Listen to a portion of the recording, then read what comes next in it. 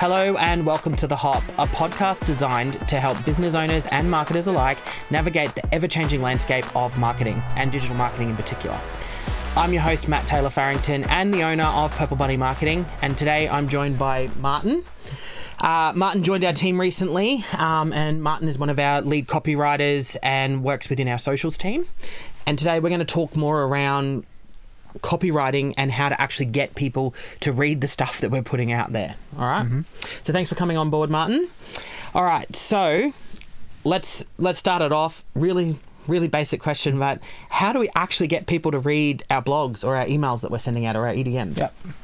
Right. So getting people to read your blogs and your EDMs are pretty similar yet kind of different. Yep. The only difference is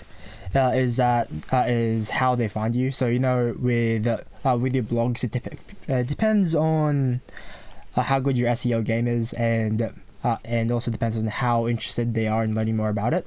Yes. And for EDMs, it depends on how interesting your subject line is and who the sender is. Yes. Yeah. Yeah. Agreed. I think SEO, not to plug ourselves, but we offer that service.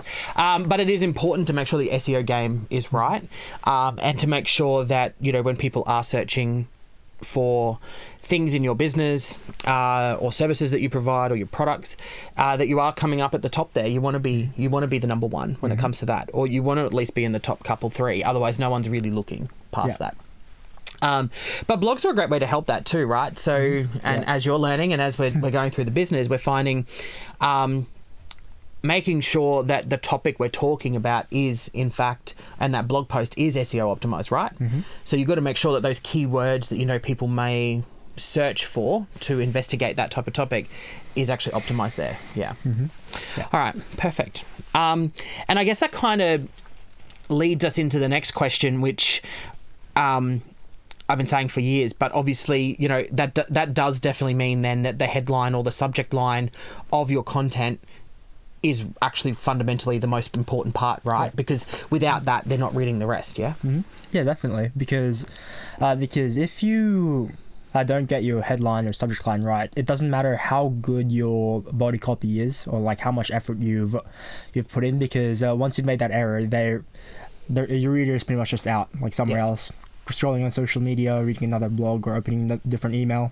Yep. So yeah, it's definitely important to get that part right. Yeah, and I think it's important while we're talking about those, because I see a lot of clickbait, right? Mm-hmm. That gets me there, and the bounce rate on some of those things would be absolutely astronomical, right? Mm-hmm. So you've got to do a fine balance between getting them to click and actually getting, like, I would be happy for blogs that we do, right? Mm-hmm. I would be happy if I got 20 people to read it who read it properly from start to finish, or a large majority of it, opposed to thousands of people going to the page, but everyone bouncing off within 10, 15 seconds, right? Because what was the point? What was the effort, right? I'd rather educate 20 people and make sure that they're happy about the topic we're talking about than educate nobody, if you know what I mean. So I think it's important, the headline definitely, or the subject line, that you don't go too far into clickbait where you open it and you go, oh, this is not what I was sold. Yeah? Yeah, I agree. Yeah. It also has to be,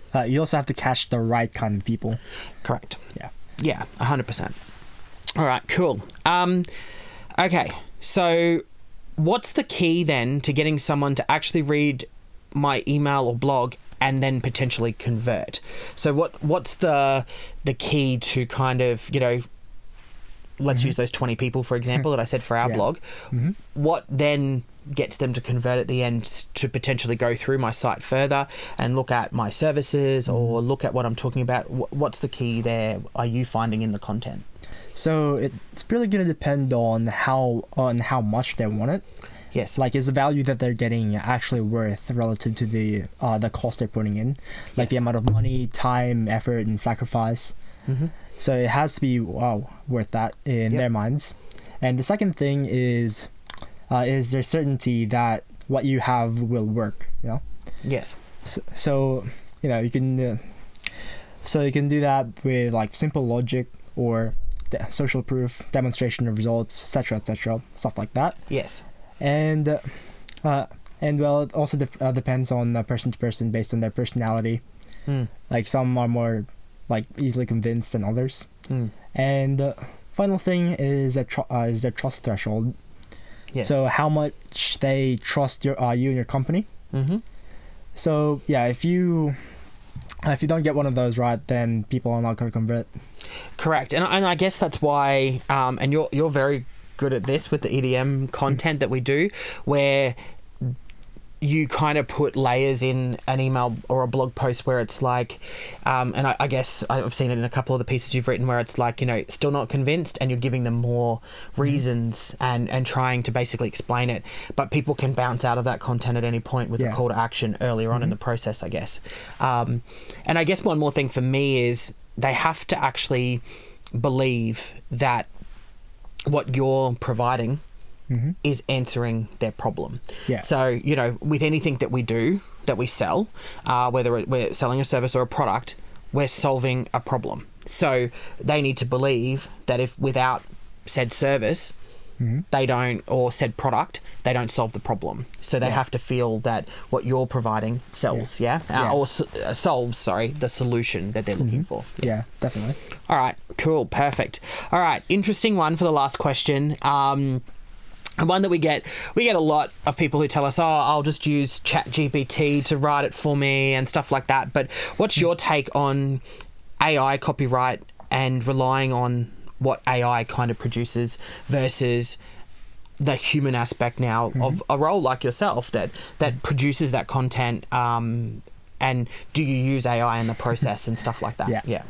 All right. So there's a not very smart way to use AI and a very smart way to use AI. Yes. So the not very smart way basically just involves you use AI. Yes. And that's basically it. You just blindly follow what it produces and you do nothing else. That's one of the worst things you could possibly do. The scariest thing is when I've seen a client use it and just not read what it produced. And I think we've talked about it in a previous podcast where it's like, hey, did you read what it produced? And have a look at that. Okay. And so what's the smart way to use AI then? The smart way to use AI requires you to be skilled enough to be able to differentiate between good and bad outcomes, and the best way to use it is to also being able to differentiate between good and great outcomes. Yes. So what you could do is treat AI like an assistant. Or like a trainee, where you direct it. So you could filter out the good and bad. You could give it a nudge towards the right direction, and you can also significantly speed up the brainstorming process because you'll be able to connect the dots like so much faster, just like that. Yes. So I agree. I think in your space, originally everyone, when AI first started kind of making an appearance, everyone's like, copywriters are going to be out of a job and script writers and this and that and all that sort of stuff. I honestly don't believe that AI will get quite to that level yet. And to be honest, you've kind of got to use it in the right way, but it can be used as a tool in your business to produce excellent content. Yeah. But that the key word there is it's a tool to be used. You can't trust it. You need to actually give it the right information. You need to use it like you pointed out. I think it's a great way for brainstorming. I think it's a great way when you might be feeling a bit brain dead and you need to write something for it to kind of, like you said, connect the dots or kind of give you that little spark of, I should write this or I should do this and head in that direction. I think it's great in that aspect. Yeah. And it also kind of lacks that. It still also kind of lacks that human element of, being able to put yourself in the shoes of the other person and being able to read in between the lines when you're doing market research. Correct. Yeah. Yeah. Agreed. So yeah. All right. Perfect. All right. Well, that's all we had for you. Your first episode on the podcast. You're going to come back, or are you?